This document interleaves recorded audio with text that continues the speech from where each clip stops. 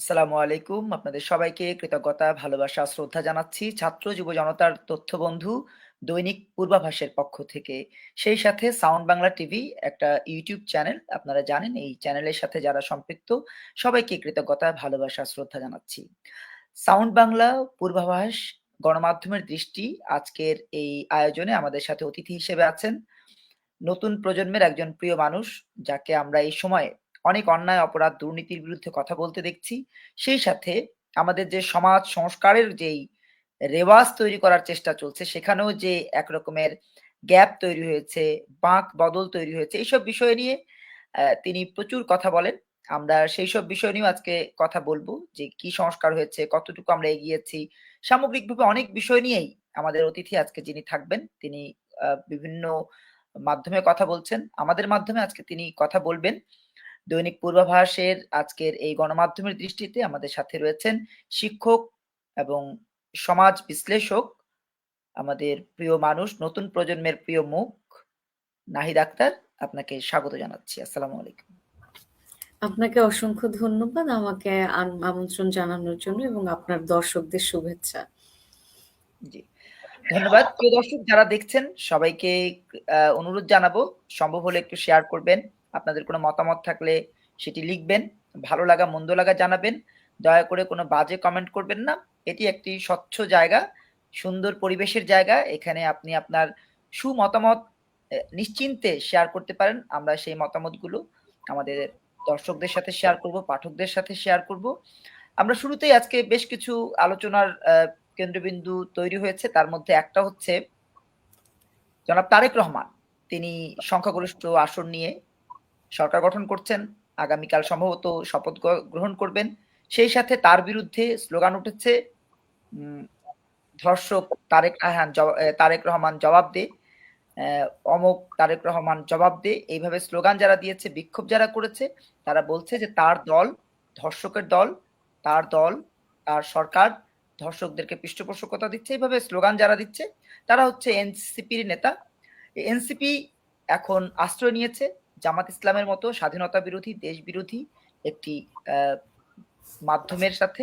সামগ্রিকভাবে এই সব পরিস্থিতি নিয়ে আজকে সারাদিন সোশ্যাল মাধ্যমে, অনলাইন অফলাইনে ব্যাপক আলোচনা সমালোচনা জন্ম হয়েছে। এই যে সামগ্রিক বিষয়, সেই বিষয় নিয়ে আমরা কথা বলবো। আমি শুরুতেই আপনার কাছে জানতে চাই, একজন সচেতন নাগরিক হিসেবে এনসিপি, জামাত ইসলাম এবং তারেক রহমানের যে রাজনৈতিক প্রেক্ষাপট বর্তমানে তৈরি হয়েছে, এই বিষয়গুলোকে আপনি কিভাবে দেখছেন? ধন্যবাদ। অনেকদিন পরে যে একটা নির্বাচন হলো আমাদের, বা বলতে পারেন যে আমি দেশে আসার পরে এই যে অনেক বছর পরে প্রথম একটা নির্বাচনকে এক্সপেরিয়েন্স করলাম। তো আমার কাছে ওভারঅল আইন শৃঙ্খলা পরিস্থিতি বেশ ভালোই লেগেছে। কোথাও কোনো সহিংসতা বা সিরিয়াস কোনো হতাহতর আহ, দৃশ্য বা এমন কিছু আমার চোখে পড়েনি। তো আম, তো এই যে নির্বাচন হলো, সে নির্বাচনে মানে আমরা প্রেডিক্টই করতে পেরেছি, ধারণা করতে পেরেছিলাম আগে থেকেই যে যদি আহ, নির্বাচনটা সুষ্ঠু হয় তাহলে ডেফিনেটলি বিএনপি অনেক বড় একটি দল এবং বিএনপি জয়লাভ করবে, এটা বোঝা গেছে। কিন্তু যেহেতু ইউনূস সরকার প্রথম থেকেই জামাতকে ফেভার করে আসছিল, এট দ্য সেম টাইম স্টুডেন্টদের প্রতি, স্টুডেন্ট যেহেতু তার নিয়োগকর্তা, এটা তিনি বারবার বলেছেন এবং স্টুডেন্টদেরকে উনি অনেক হাই প্রায়োরিটাইজ করে রেখেছেন। এবং আপনার হয়তো মনে আছে উনি বলেছিলেন নির্বাচনের দু একদিন আগেও যে এখন যে স্টুডেন্টরা আছে যারা নির্বাচন করছে এনসিপির, তারা হয়তো কেউ কেউ মন্ত্রীও হবেন। তো উনি হয়তো আশাই করেছিলেন যে জামাত এবং তার যে 11 জোট উইথ এনসিপি তারাই হয়তো সরকার গঠন করবে। এবং আমরা কিন্তু অনেক গুঞ্জনও শুনেছি যে ইলেকশন ইঞ্জিনিয়ারিং এর একটা আহ, জি, মানে ব্যবস্থা হতে পারে, যেহেতু সরকার তাদেরকে প্রথম থেকেই ভীষণভাবে ফেভার করছে, করে এসছে। ব্যাপারটা আসলে আমাদের মতো নারীদের জন্য, বাংলাদেশী নারীদের জন্য অসম্ভব ভয়ের একটা ব্যাপার ছিল। মানে কারণ গত 18 মাসে যেই পরিমাণ ভীতি এই ইন্টারিম গভর্নমেন্টের সময় মব সহিংসতা সহ দেশটাকে ভাঙচুর জ্বালাও পোড়াও সহ যে পরিস্থিতি তৈরি হয়েছিল এবং মবকে তারা যেভাবে উস্কানি দিয়ে মবকে তারা প্রেসার গ্রুপ বলে বা আমাদের দেশে কোনো মব নাই, দীর্ঘদিনের ক্ষোভ তাদের, সেই দীর্ঘদিনের তাদের ক্ষোভকে প্রকাশ করার ভাষা, এইগুলি বলে বলে তারা মবকে ভীষণভাবে আপনার উস্কানি দেয়া, আমি বলবো না যে প্রশ্রয়, শুধু এটা শুধু প্রশ্রয় হয় না। শিক্ষক হিসেবে আমি মোটেই এটাকে প্রশ্রয় মনে করি না, আমি মনে করি এক ধরনের উস্কানি দেয়া, মনে করিয়ে দেওয়া যে যাও তোমরা, যে আরেকটা দাবি দেওয়া নিয়ে বসে যাও রাস্তায়, মানে পুরো দেশটাকে অচল করে দিয়েছিল। এখন সেই পরিস্থিতিতে ডেফিনেটলি বাংলাদেশের প্রত্যেকটা নারী দলমত নির্বিশেষে, যারা কিনা আপনার ভয় ও ভীত সন্ত্রস্ত ছিল জামাতের পরপর পরপর নারী বিষয়ক বিভিন্ন মানে মন্তব্য, কয় ঘন্টা কাজ করবে না করবে এত কিছুর পরে, না মানে তারা ভেবেছিল যে অ্যাটলিস্ট বিএনপি আসলে আমরা রাস্তায় বের হতে পারবো, আমরা কাজ করতে পারবো, অ্যাটলিস্ট স্বাধীনতার কথা মুখে বলতে পারবো, একাত্তরের কথা বলতে পারবো, রাজাকার শব্দটাও বলতে পারবো। ঠিক আছে, অনেক একাডেমিক বলে যে অনেক দিন ধরে শুনে আসছি যে আপনি রাজাকার বলতে পারবেন না, মানে এই প্রজন্মকে রাজাকার বলা ঠিক না, কারণ তাতে আমরা ডিভিশন তৈরি করছি, সোশ্যাল হারমোনি নষ্ট হয়, বা তারা নিজেদেরকে এলিয়েনেটেড মনে করে যে তারা আমাদের পার্ট না, আমরা আমাদের ইনক্লুসিভিটি নষ্ট হয়। এখন আপনি দেখেন রাজাকার বিষয়টা কিন্তু একটা সময় অত হাইপে ছিল না, কিন্তু তারা নিজেরাই মুক্তিযোদ্ধা একদমই মুক্তিযোদ্ধার ভাস্কর্য সহ বঙ্গবন্ধুর ভাস্কর্য আহ শুরু। ভাস্কর্য ভাঙা, সেটাও মানুষ মেনে নিত, 32 নম্বর ভাঙা সেটাও মেনে নিত, কিন্তু বঙ্গবন্ধুর ভাস্কর্যের মাথায় উঠে প্রস্রাব করা, এটা এই জাতি মেনে নিবে না দীর্ঘদিন। তো সেই অবস্থায় বিএনপি আসলে এই মুক্তিযুদ্ধের কথা বলা যাবে, আমাদের স্বাধীনতার কথা বলতে পারবো, ন্যারেটিভ চেঞ্জ হবে না। ওয়েল, ছোটখাটো ঘটনা ছাড়া বিএনপি মুক্তিযুদ্ধ বিরোধী দল না, সেই হিসেবে বলতে পারেন একটা স্বস্তি কিন্তু মানুষের মাঝখানে এসেছে যে আমি আজকে বের হতে পারবো, আমার কালকে থেকে মানে ধীরে ধীরে ধীরে ধীরে আহ যে শরিয়া আইন আনবেন কিনা যতবার জিজ্ঞেস করেছে, আপনি কি কখনো দেখেছেন স্ট্রেট ফরওয়ার্ড কোনো আনসার? দেখেন নাই, আমরা দেখি নাই। দেখেছি কি, আমরা ধাপে ধাপে সরিয়ে, আমরা একবারে তো করতে পারবো না, ধাপে ধাপে করব, মানে মানুষকে স্টুপিড মনে করার, কতখানি স্টুপিড মনে করলে বলতে পারে এই ধরনের কথা, এবং সেটা আবার মানুষ খেয়েছে। কিন্তু দুঃখজনক ভাবে এটা সত্যি যে বিএনপি নিরঙ্কুশ সংখ্যাগরিষ্ঠতা পেয়েছে, কিন্তু 77টা সিট যে দেশ বিরোধী রাজাকাররা, যারা কিনা বাংলাদেশের জন্ম মানেনি, তারা বাংলাদেশকে পার্লামেন্টে প্রতিনিধিত্ব করবে, তাদেরকে যে এতগুলি ভোট দিয়েছে মানুষ, এই জিনিসটা না ব্যক্তিগতভাবে আমি মেনে নিতে পারি না একদমই।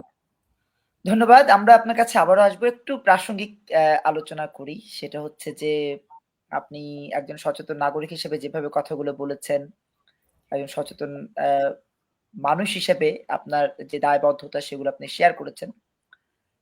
আর গণমাধ্যমের দৃষ্টিতে আজকে সারাদিন কিন্তু আরো কিছু বিষয় এসছে। যেমন কেউ বলছেন, গণমাধ্যমে সোশ্যাল মাধ্যমে আলোচনা হচ্ছে, কেউ বলছেন যে সাংবাদিকরা নাকি এই অন্তর্বর্তীকালীন সরকারের সময় অবাধ কথা বলেছে।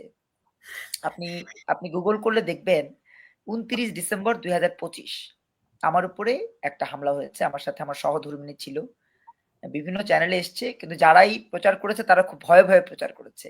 আমার অপরাধ ছিল, আমি কথা বলেছি। কি কথা বলেছি? নাহিদের বিরুদ্ধে, নাহিদের অন্যায়ের বিরুদ্ধে, সার্জিসের অন্যায়ের বিরুদ্ধে, হাসনাতের অন্যায়ের বিরুদ্ধে, ডক্টর ইউনূসের অন্যায়ের বিরুদ্ধে, রেজওয়ানা হাসানের অন্যায়ের বিরুদ্ধে, আসিফ নজরুলের অন্যায়ের বিরুদ্ধে। তো অন্যায়ের বিরুদ্ধে কথা বলতে গিয়ে তাদের যে হামলার শিকার হয়েছি, মানে জাস্ট হায়াত ছিল, বা যদি আপনি ধর্মীয় দৃষ্টিকোণ থেকে না দেখেন, যদি স্বাভাবিক নিয়মে দেখেন, যে কোনো একভাবে বেঁচে গিয়েছি আর কি। তো আমার মতো এরকম অসংখ্য সাংবাদিক হামলার শিকার হয়েছে। ইভেন যেদিন নির্বাচন হয়েছে সেই দিন আমাদের এক সাংবাদিক ভাই, তিনিও নির্মমভাবে আহত হয়েছেন জামাতের নেতাকর্মীদের দ্বারা। সেই সাথে আমাদের এখন পর্যন্ত শুধু কারাগারে আছে শ্যামল দত্ত সহ, আনিস আলমগীর সহ প্রায় ১৫০ সংবাদ যোদ্ধা। তাহলে রেজওয়ান হাসান বলছেন মত প্রকাশের স্বাধীনতা দিয়েছেন, আদতে স্বাধীনতা নাই। এই বিষয়টাকে আপনি কিভাবে দেখছেন? বিষয়টা ভীষণ আর কি মুনাফিকি, মানে একদম ডাইরেক্টলি আমি বলতে চাই, এবং হাস্যকর। এরকম একটা কথা একজন সচেতন মানুষ, যে কিনা একটা মন্ত্রণালয়ের দায়িত্বে আছেন, তিনি বলতে পারেন জেনে শুনে। আপনি আপনার নিজের কথা বলেছেন, আপনি একজন সাংবাদিক। সাংবাদিক আনিস আলমগীরের ব্যাপারটা উনি কি করেছিলেন? কিছু করে নাই। উনি কি আম, এই সরকারের কোনো ক্ষতি করেছেন? করেন নাই। হাদির ব্যাপারে, হাদি যেদিন মারা গেছে, দেখেন হাদিকে তারা একটা আম, আম, হাতিয়ার হিসেবে ব্যবহার করেছে, এখনো করছে, এখন একটু কমেছে। সেটা উনি কি যেন খেয়েছেন সেটা শেয়ার করেছেন, ওনাকে অ্যারেস্ট করলো। মঞ্জুরুল আলম পান্না, ওনারা কি সাংবাদিক না? ওনারা সাংবাদিক মনে করে না? দেখেন, বাংলাদেশের ইতিহাসের এই 18 মাস লেখা থাকবে, মনে রাখবেন, কারণ ইতিহাসের এত জঘন্যতম সময় বাংলাদেশ কখনো পার করেনি। তাতে যে সরকারই থাকুক না কেন, কোনোদিন পার করেনি। কারণ এখানে আপনি শুধুমাত্র তাদের পক্ষে যারা কথা বলতে পেরেছে,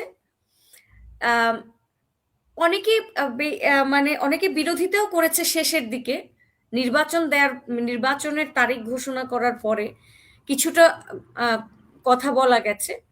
কিন্তু আবার আওয়ামী লীগের দোসর ট্যাগ দিয়ে দিয়ে মানে পুরো মানুষের মুখ বন্ধ করে দেয়া হয়েছে। আপনি যদি স্বাধীনতার কথা বলেন, আপনি যদি কখনো আপনার ৩২ ভাঙার এগেনস্টে কথা বলেন, তাহলে আপনাকে আওয়ামী লীগের দোসর বলে হত্যাযজ্ঞ করা যায়। এই দেশে এটা হয়েছে। এখন এই অবস্থায় হ্যাঁ, বিএনপির পক্ষের লোকজন কথা বলতে পেরেছে, কারণ তারা, এটারও একটা যুক্তি আছে, কিন্তু যেহেতু বিএনপি আর কি বিএনপিকে বাদ দেওয়ার কোনো ঘটনা ঘটেনি, বা বাদ দেওয়ার কোনো প্রশ্ন আসে না এই মুহূর্তে, যার কারণে যদি বিএনপি সরকার গঠন করে বা বিএনপি যদি আসে, নির্বাচন যদি হয়, তারা তো যেতে চায় না। আপনি দেখেছেন যে ইউনূস সরকারের 5 বছরের প্ল্যান ছিল, 50 বছরের প্ল্যান ছিল, সে মৃত্যুর পরেও সে ক্ষমতায় থাকবে, মানে তার যে প্রেতাত্মা, সেই প্রেতাত্মাও মনে হয় ক্ষমতায় থাকতে চেয়েছিলেন। তো তারপরে জামাত, শিবির, এনসিপি নির্বাচন যাতে না হয় সেজন্য যেই পরিমাণ আন্দোলন করেছে, হাদির নামটা ব্যবহার করে কি পরিমাণ আন্দোলন এই গত শুক্রবারও করেছে, যে পরিমাণ ভাঙচুর চালিয়েছে বা যে পরিমাণ সহিংসতা চালিয়েছে। তো নির্বাচন যাতে না হয়, হ্যাঁ, এবং দেখবেন বিএনপি কেও কিন্তু দ্বিতীয় ফ্যাসিস্ট বা ফ্যাসিস্ট হয়ে উঠছে, এটা কিন্তু শুরু থেকেই বলা শুরু হয়ে গেছে। একদম তারেক রহমান আসার মনে হয় আগে থেকেই, উনার আসার গুঞ্জন যখন শুরু হয়েছে তখন থেকেই কিন্তু শুরু হয়ে গেছে যে বিএনপির ফ্যাসিস্ট, নব্য ফ্যাসিস্ট। তারা কিন্তু মানে জাস্ট কোনো দলীয় অ্যাক্টিভিটি ওরকম ইলেকশন কেন্দ্রিক শুরু করেনি, তখন থেকেই শুরু হয়ে গেছে। এখন অনেকে দেখবেন যারা কিনা আমরা যারা লিখি বা আলোচনা করি, এখানে আমরা কিন্তু একটা কথা বলেছি যে ওরা একটা -2 ফর্মুলা আর কি চায়। এখন সেক্ষেত্রে দেখেন বিএনপির কিছু বুদ্ধিজীবীরা বা সাংবাদিকরা, বিএনপির কিছু শিক্ষকরা, তারা কথা টথা বলতে পেরেছে ভালোই। তো ওইগুলি হয়তো বিএনপির পক্ষে একটা জনমত তৈরি হয়েছে ওটার মাধ্যমে। এখন কিন্তু এই ক্ষেত্রে কিন্তু মানে আওয়ামী লীগকে সম্পূর্ণভাবে বাদ দিয়েছে, ঠিক আছে, আওয়ামী লীগের বুঝলাম, কিন্তু আপনি ৩২ ভাঙেন কোন হিসেবে? ৩২ কি শুধু বঙ্গবন্ধুর বাড়ি, নাকি আমাদের স্বাধীনতার একটা বড় রকমের নিদর্শন? জি। তো এইগুলি যে সরকারের আমলে হয়েছে, এটা কিন্তু ইতিহাসে থাকবে এবং ইতিহাস এদেরকে কখনো মাফ করবে না। ইভেন আপনি দেখবেন, আমার মনে হয় বট বাহিনীর কর্মকাণ্ড কালকে মানে ১২ তারিখের পরে, মানে সরকার মানে বিএনপি উইন করেছে এটা ঘোষণা করার পরে বট বাহিনীর কার্যক্রম একটু কমেছে। আপনি খেয়াল করেছেন কিনা আমি জানি না, তবে আমার পেজে একটু কমেছে। আমি বট বাহিনী ঝাঁপিয়ে পড়তো, গালিগালাজ করতো, দেখেন একটা গালির রাজনীতি শুরু হয়ে গেছিল, দেশটা পিছনে চলে গেছিল, পশ্চাৎপদ। এমনি আমরা একটা গরিব দেশ, এমনি জীবনযাত্রার মান অনুন্নত, জাতি হিসেবে অনুন্নত, রাস্তাঘাট ভাঙা চূড়া, সেই রকম একটা দেশ আরো মানে যা কিছু ছিল, ইভেন মেট্রো রেলে পর্যন্ত আগুন দিল, সবকিছু ভাঙছে চুরছে, 18 মাস পর্যন্ত ভাঙচুর চলেছে, স্টেট স্পন্সার্ড ভাঙচুর চলেছে। এই যে মানে ভাঙচুর করছে, সেটা হচ্ছে তাদের অ্যাক্টিভিটি। আর মুখে কি করছে দেখবেন, শিক্ষকদের মাথায় মানে গলায় জুতার মালা, শিক্ষকদের জোর জবরদস্তি করে পদত্যাগে বাধ্য করা, শিক্ষকদের হয়রানি করা, বাড়ি বাড়ি গিয়ে হয়রানি করা, তাদেরকে স্থানচ্যুত করা, কি না করেছে। আর গালি, আমি জানি না আপনি বাংলাদেশের ইতিহাসে এই পরিমাণ গালি নিজে শুনেছেন কিনা, কিন্তু আমি ব্যক্তিগতভাবে কোনোদিন এই পরিমাণ গালির রাজনীতি শুনিনি। এবং তারা ধরেই নিয়েছিল গালি হচ্ছে তাদের হাতিয়ার, এবং এই গালি দিয়ে দিয়ে মানুষের মুখ বন্ধ করবে। সোশ্যাল মিডিয়ায় তারা যেইভাবে অ্যাক্টিভ এবং যেভাবে মানুষের মুখ বন্ধ করেছে গালিবাজি করে, এইটা এইটা বাংলাদেশকে কতখানি পিছিয়ে নিয়ে গেছে, বহির্বিশ্বে বাংলাদেশের যে অবস্থান সেটাকে কত নিচে নিয়ে গেছে, এটা চিন্তা করা যায়। বলে জেনজির প্রতিবাদের ভাষা। আরে ভাই, আমি তো রাশিয়াতে দীর্ঘ বছর ধরে জেনজি পড়াই, আমি তো ইয়াংদেরই পড়াই, তাই না? আমি 17 বছর ধরে শিক্ষকতা করি, এবং আমি বাংলাদেশ বিদেশ, আমার লাইফে বেশিরভাগই আমি বিদেশে পড়িয়েছি, দেশের বাইরে। কই আমার স্টুডেন্টরা তো গালিগালাজ করে না, আমার সামনে তো কোনোদিন বেয়াদবি করে না। ওরা তো ওয়েস্টার্ন, মানে আমরা জানি যে ওরা নাকি শিক্ষককে মানে না, শিক্ষকের সাথে বেয়াদবি করে। আমার তো এত বছরের অভিজ্ঞতায় ওরা আমার সাথেও এরকম করলো না। বা আমি ওদের সোশ্যাল মিডিয়াতে, ওরা আমাকে ফলো করে, ইভেন ফলো করার সময় বলে যে তোমাকে ফলো করলে কি মাইন্ড করবা। তো এতটুকু ভদ্রতা, এবং কই তারা তো এইভাবে গালিগালাজ করছে না কাউকে। তো এটা তো জেনজির ভাষা না? আপনি জেনজিকে শিখিয়ে দিয়েছেন, আপনি জেনজিকে এইভাবে ট্রেন করেছেন, এবং এরা যদি, এই বিএনপি যদি ক্ষমতায় না আসতো, এই দেশটা ধ্বংস হয়ে যেত, আফগানিস্তান হয়ে যেত। কারণ এই ভাষা ভবিষ্যৎ প্রজন্ম শিখতে হবে। এবং বাংলা ভাষা কিভাবে পরিবর্তন হয়েছিল, ইনসাফ, ন্যায় বিচারের পরিবর্তে আজাদি, স্বাধীনতা। আমাদের দেখেন কত বড় লিঙ্গুইস্টিক্স ভাষার ষড়যন্ত্র আমাদের সাথে করছিল। ঠিক আছে, ভাষা তো স্থির নয়, ইটস ফাইন, আমি ভাষা পড়াই, আমার সাথে এইগুলি বলে কোনো লাভ নাই যে ভাষা শেখানোর দীর্ঘ দিন ধরে আমি ভাষা শেখাই।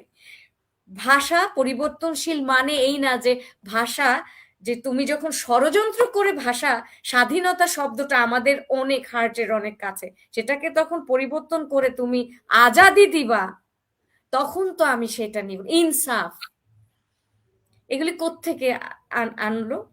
মানে কি পরিবর্তন, পুরো দেশটাকে পরিবর্তন করে পুরো পাকিস্তান আফগানিস্তান বানানোর ষড়যন্ত্র হচ্ছিল। জি, ধন্যবাদ। আমরা আরো বেশ কিছু বিষয় নিয়ে আপনার সাথে কথা বলবো। আপা বলেছেন যে বিভিন্ন দেশে আপনি পড়িয়েছেন। আমাদের যারা এই জেন জি খ্যাত যারা নতুন প্রজন্মের প্রতিনিধি হিসেবে নিজেদেরকে পরিচয় দিচ্ছেন, তাদের কিন্তু বেশ কিছু আ ত্রুটি আমরা দেখতে পাচ্ছি ৫ই আগস্ট পরবর্তী সময় থেকেই। তারা যখন কোটা আন্দোলনটা শুরু করেছে, আপনি নিশ্চয়ই আমার সাথে একমত হবেন যে তারা কিন্তু তখন স্লোগান দিয়েছে, বঙ্গবন্ধুর বাংলায় বৈষম্যের ঠাঁই নাই। আপনার নিশ্চয়ই স্মরণে আছে যেহেতু সোশ্যাল মাধ্যমে আপনি ব্যাপক সরব। এর পরবর্তীতে আমরা দেখলাম যে সেই বঙ্গবন্ধু মুর্দাবাদ বা শেখ মুজিব মুর্দাবাদ এই বিভিন্ন স্লোগান তারা দিচ্ছে। আবার একইভাবে যেই শেখ হাসিনা মাননীয় প্রধানমন্ত্রীকে তিনি বা তারা যেভাবে আ সম্বোধন করতেন আগে এই শিক্ষার্থীরা বা এই নতুন প্রজন্মের তথাকথিত প্রতিনিধি বা তথাকথিত জেন জি তারা সে সময় সম্বোধন করতেন মাননীয় প্রধানমন্ত্রী বলে। তাদের প্রচুর বক্তব্য বিশেষ করে তারা যখন গণভবন ঘেরাও করতে যায়, তারা যখন শাহবাগে আ আ বাংলা ব্লকেট দিয়েছে, বিভিন্ন কর্মসূচি তারা করেছে। তাদের প্রতিটা বক্তব্যে যথেষ্ট ভদ্রতার সাথে এই কথাগুলো বলতে হয়েছে। কারণ তখন এই ভদ্রতাটা বজায় রাখবার জন্য ন্যূনতম নির্দেশনা আমরা সরকারের পক্ষ থেকে, প্রশাসনের পক্ষ থেকে দেখেছি। কিন্তু পরবর্তীতে দেখলাম যে সকল নির্দেশনাকে টপকে ৩,০০০ এরও অধিক আমার পুলিশ প্রশাসনের ভাইদেরকে হত্যার অভিযোগ কিন্তু আছে। আমরা সিওর করে বলতে পারব না। তবে অভিযোগ আছে এটা কিন্তু অস্বীকার করতে পারি না। সেই সাথে তারা বলছে তাদের আন্দোলনে নিহত হয়েছে হাজার, হাজার। কিন্তু আমরা দেখলাম ৮৩৫ এর পরে তাদের আর কোন তালিকা উঠলই না।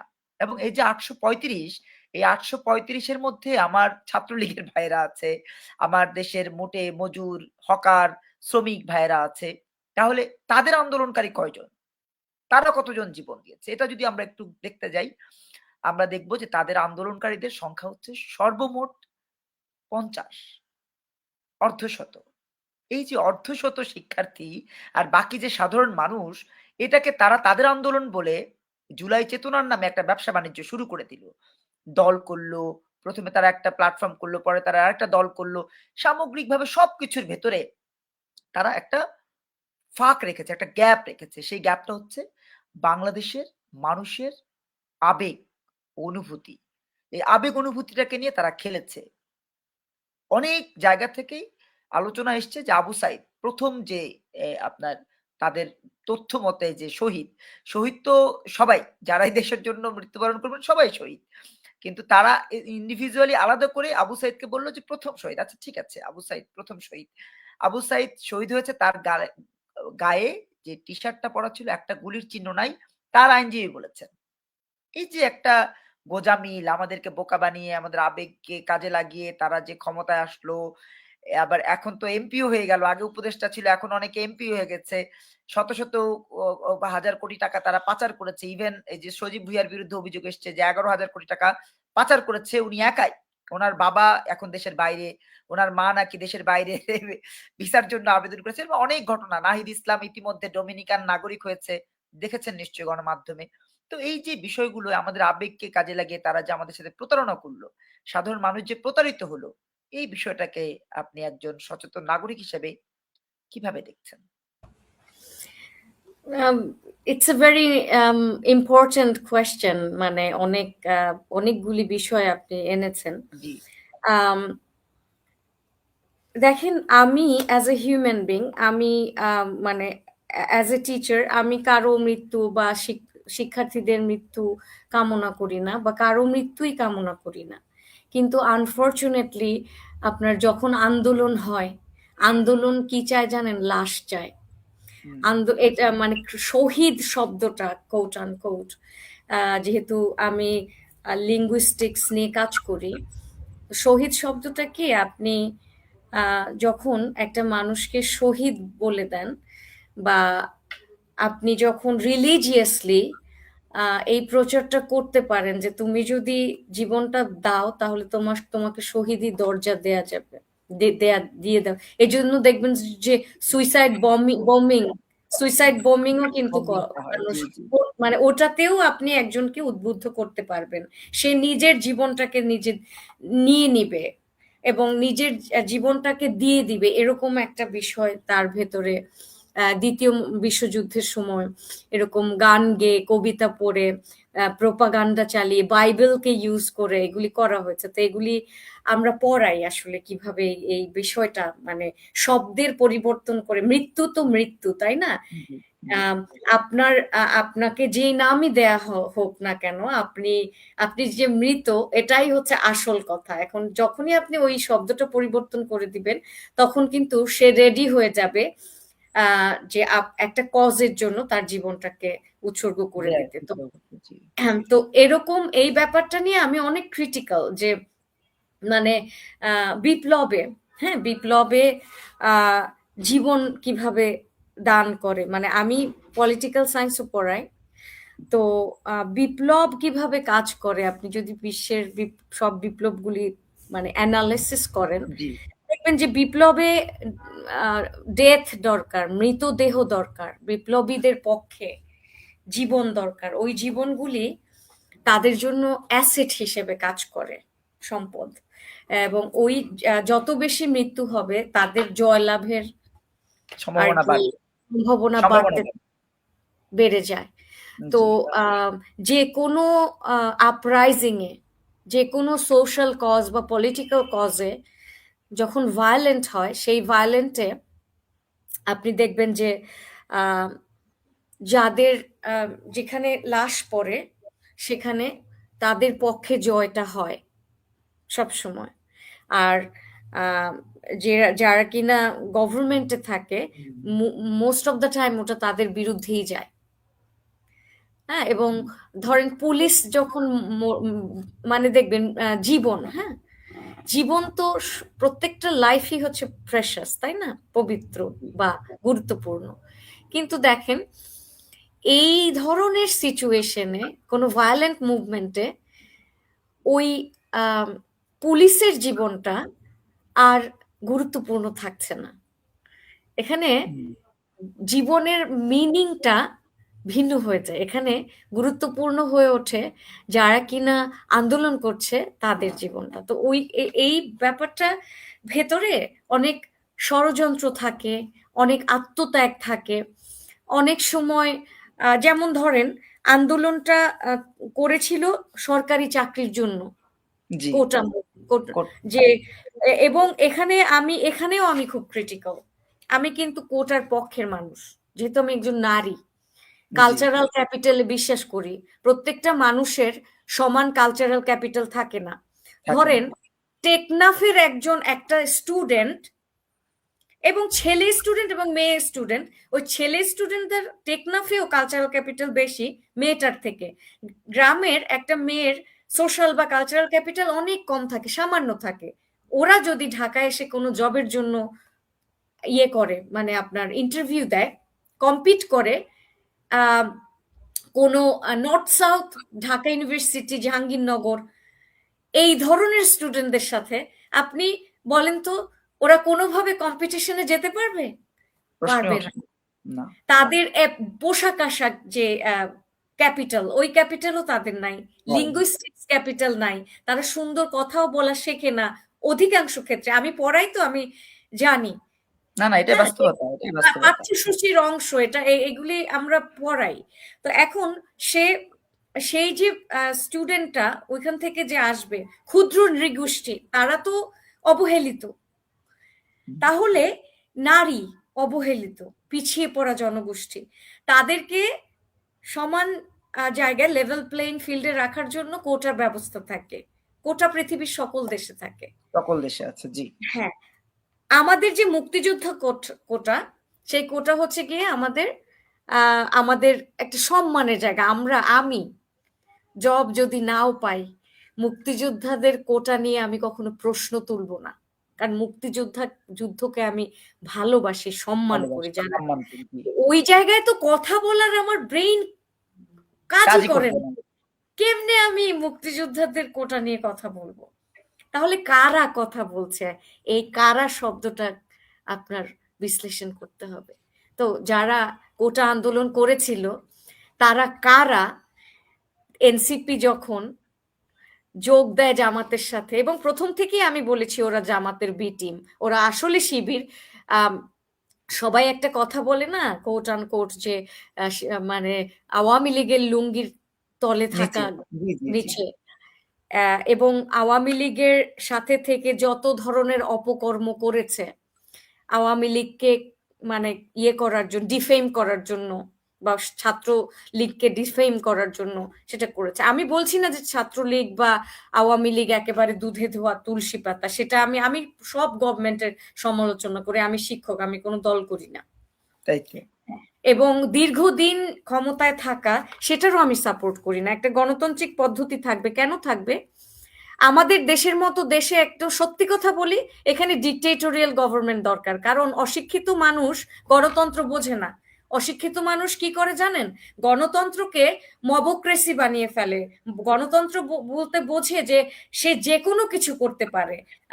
ফ্রিডম অফ স্পিচ বলতে মনে করে গালি দেয়া, যা খুশি তাই বলা। তারা মানে রাইট, মানে আপনার অধিকার থাকবে, এই অধিকার বলতে মনে করে যে যে কোনো কিছু ভাঙচুর করা, আগুন দেয়া, জ্বালা পোড়া, মানে এইগুলি যে গভর্নমেন্টের সম্পত্তি, এটা আমাদের সম্পত্তি, দেশটা যে আমার, এবং পাবলিক প্রপার্টি আমার প্রপার্টি, এটা তারা বোঝে না। তো এই ধরনের দেশে ডিকটেটরিয়াল গভর্নমেন্টই ভালো রান করে। কিন্তু এখানে একটা সমস্যা আছে, বাঙালি যে বাংলাদেশিরা, এরা হচ্ছে আপনার সবসময় আন্দোলন করে অভ্যস্ত, দেশটার জন্মই হয়েছে আন্দোলন করে, আন্দোলন করে। স্বাধীনতা যুদ্ধ করে হয়েছে। যেমন ইন্ডিয়া, ইন্ডিয়া কারোর সাথে যুদ্ধ করে দেশ পায়নি, তারা ওখানে ইন্ডিয়ান সাবকন্টিনেন্ট ওখানেই ছিল। কোনো ওই ধরনের ইতিহাস নাই যে আমরা কোনো দেশের সাথে ইন্ডিয়া যুদ্ধ করে একটা ভূখণ্ড পেয়েছে। আমরা কিন্তু যুদ্ধ করে ভূখণ্ড পেয়েছি, আমরা ভাষার জন্য যুদ্ধ করেছি, আমরা মানে আমাদের বিভিন্ন আন্দোলন করে। তো যে জাতি আন্দোলন করে অভ্যস্ত, ওই জাতিকে আপনি কোনোভাবেই ডিকটেটরিয়াল গভর্নমেন্ট দিয়ে শাসন করতে পারবেন না, কারণ তারা যে কোনো সময় আপরাইজ করবে, তারা করবেই, এটা হচ্ছে নেচার, বাংলাদেশিদের এটা নেচার। এবং এই জন্য বাংলাদেশে ডিকটেটরিয়াল গভর্নমেন্ট আপনার রান করবে না সাকসেসফুলি। এখানে গণতন্ত্র এবং পার্শিয়াল সোশিয়াল, মানে সোশ্যাল ডেমোক্রেসি বলতে পারেন, এই ধরনের সোশ্যাল ডেমোক্রেসি, এখানে সোশ্যাল লিবারেল ডেমোক্রেসি, এই ধরনের কিছু মিক্সড একটা ফর্ম এই দেশে থাকতে পারে। ফুল ডেমোক্রেসি এখানে কাজ করবে না। ফুল ডেমোক্রেসি বাংলাদেশের মতো কান্ট্রিতে ওয়ার্ক করে না, ফুল লিবারালিজম ওয়ার্ক করে না, ফুল সোশ্যালিজম ওয়ার্ক করে না। মানে অদ্ভুত একটা জাতি। এই জাতিকে আপনি অনেকগুলি আইডিওলজির মিশ্রণে শাসন করতে পারবেন, যখন যেটা খাটে অ্যাকর্ডিং টু দ্য সিচুয়েশন আপনার এটা করতে হবে। তো এই ক্ষেত্রে এই যে শেখ হাসিনা যে এতদিন ছিল, এবং শেখ হাসিনা যে বিএনপি কে দাঁড়াতে দেয়নি, এইটা হচ্ছে তার লাইফের সবচেয়ে বড় ভুল। তাহলে কি হয়েছে? বিএনপি না দাঁড়িয়ে জামাত গোপনে গোপনে সুপ্ত ভাবে তারা ফুলে ফেপে মনস্টার হয়ে উঠেছে। জামাত কিন্তু এখন একটা মনস্টার হয়ে উঠেছে। আপনি দেখেছেন কালকে থেকে কি আন্দোলন তারা শুরু করেছে, এবং কি গালিগালাজ করছে, তারেক জিয়াকে তারা ধর্ষকও বলছে। মানে তাদের এই ভয়টা নাই, কারণ তারা জানে যে তারা এখন মানে তাদের অনেক শক্তি।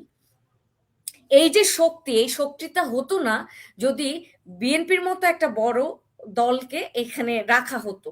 তাহলে হতো কি, ওরা ওরা মানে থার্ড ক্যারেক্টার হিসেবে, থার্ড ফোর্থ ক্যারেক্টার হিসেবে থাকতো। ধরেন এখানে এরশাদের দল, জাতীয় পার্টিকেও রাখা উচিত। মানে জাতীয় পার্টি তো কোনো ইডিওসেন্ট্রিক দল না, তারা তো ধর্মভিত্তিক না। আবার এই যে বিএনপি কেও রাখা উচিত। এর কারণ হচ্ছে আপনি ইডিওসেন্ট্রিক যে দলগুলি, ডানপন্থা বা দক্ষিণপন্থা, একে দূরে রাখার জন্য, এ যেন স্টেটের কাছাকাছি না আসতে পারে, এ যাতে পাওয়ার কখনো না পায়, এই জন্য একে একে রাজনীতি করতে দিতে হবে। একে আন্ডারগ্রাউন্ডে নেওয়া যাবে না, একে আন্ডারগ্রাউন্ডে নিলেই এ গুপ্ত সুপ্ত হয়ে ফুলে ফেপে দত্ত হয়ে যাবে, একে দত্ত বানানো যাবে না। এই যে আকাম কুকাম গুলি করছে না, এইগুলি হচ্ছে একেই ডিফেম করবে, তার মানে একে আকাম করতে দিতে হবে। এই যে এই যে জনজীবন বিপন্ন করে দিচ্ছে, এইটা এদের জন্য নেগেটিভ মার্কেটিং হিসেবে কাজ করবে। তো এই জায়গায় আওয়ামী লীগ মারাত্মক একটা পলিটিক্যাল মিস্টেক করেছে। এটা যদি না করতো, এবং তারা যদি ফ্রি ফেয়ার ইলেকশন দিত, তাইলে এই সমস্যাটা, এই জামাতের এত দাপট আজ দেখতে হতো না, এত ভয়ে থাকতে হতো না। এটা আমার পার্সোনাল জি, অ্যানালিসিস। ধন্যবাদ। প্রিয় দর্শক যারা দেখছেন, অনেকে অনেক প্রশ্ন করছেন। আমরা কিছু প্রশ্ন নেই। আপনাকে অনেকে প্রশ্ন করেছেন, অনেকে আপনাকে উইশ করেছেন। আমাদের দর্শক যারা রয়েছেন, একজন লিখেছেন যে, "আপু, মুক্তি পেতে কি করবে বাংলাদেশ?" তার নাম হচ্ছে নিপুণ মিস্ত্রি। এছাড়াও প্রশ্ন করেছেন আমার পরিচিত মানুষ, তিনি নারায়ণগঞ্জের একজন সচেতন নাগরিক। তিনি প্রশ্ন করেছেন যে, এই আবু সাইদকে কি জামাত ইসলাম ইউজ করেছে? এরকম একটা প্রশ্ন করেছে। তারপরে এটা এটা অ্যাজ এ মানে অ্যা সচেতন সিটিজেন, নাগরিক হিসেবে। সিটিজেন আপনার মধ্যেও হয়তো একটা বোধোদয় থাকার কথা। ওই হিসেবে তিনি প্রশ্নটা করেছেন। অনেকে অনেক রকমের ইদানিং আবার গালাগালি, ইদানিং সোশ্যাল মাধ্যমে দেখেন প্রচুর গালাগালি হয়, অনেকে গালাগালি মানে করছে। গালি দিলেই বুঝবেন বট এবং জামাতের লোক। এই যে গালি দিচ্ছে যে, এই বট জি, কোন বিএনপির বা আওয়ামী লীগের কোন মানে সাপোর্টার বা জাতীয় পার্টি তারা বা বামপন্থী, তারা এসে জি, এই ধরনের ল্যাঙ্গুয়েজ তারা গালাগালি করছে না। করে না।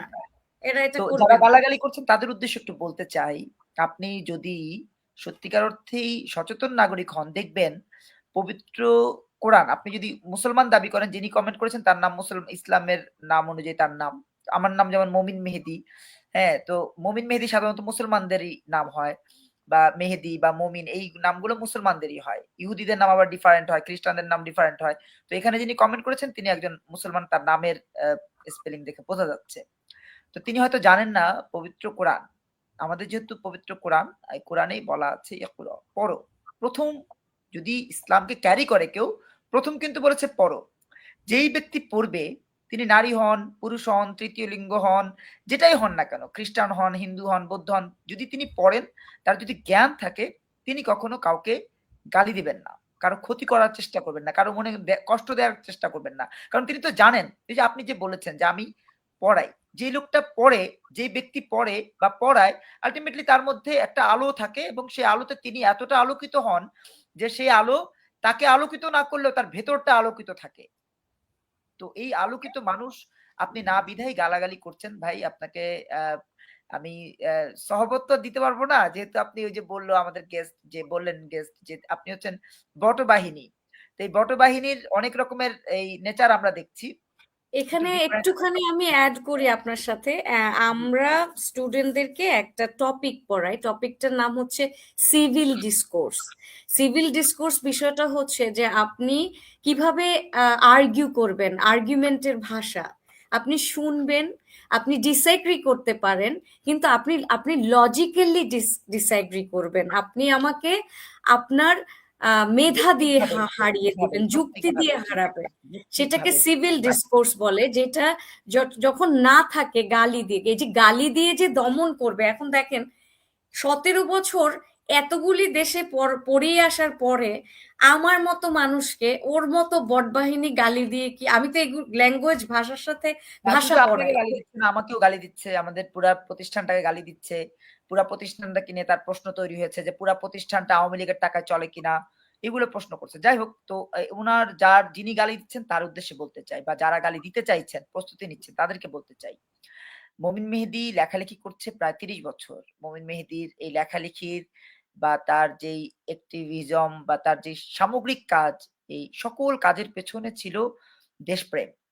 আজকে যিনি অতিথি তিনিও দেশপ্রেমে উদ্বুদ্ধ বিধায়ী তিনি আমাদের সাথে কথা বলছেন, এবং তার কথায় কিন্তু যৌক্তিকতা আছে, দেশের প্রতি আন্তরিকতা আছে, ভালোবাসা আছে, মানুষের প্রতি আন্তরিকতা আছে, দায়বদ্ধতা আছে। একটা গালি কিন্তু আসলে দায়বদ্ধতার প্রমাণ দেয় না। একটা গালি কোনোভাবেই সমাজ, সংস্কৃতি, আ মানবিক মূল্যবোধ, ধর্মীয় দায়বদ্ধতা কোনো কিছুর প্রমাণ দেয় না। তো যারা গালাগালি করছেন তাদেরকে ধন্যবাদ জানাচ্ছি। সেই সাথে যারা প্রশ্ন করছেন, আমি প্রশ্নগুলো করতে চাচ্ছিলাম। তো আরেকজন প্রশ্ন করেছেন যে, "আপু, আমাদের করণীয় কি?" এই বিভিন্ন ধরনের প্রশ্ন আসছে। বিশেষ প্রশ্নগুলো শেয়ার করছি। একজন, তিনি গাজীপুর থেকে লিখেছেন, আ ইনবক্সে লিখেছেন যে, "আমি ইনবক্সে লিখছি।"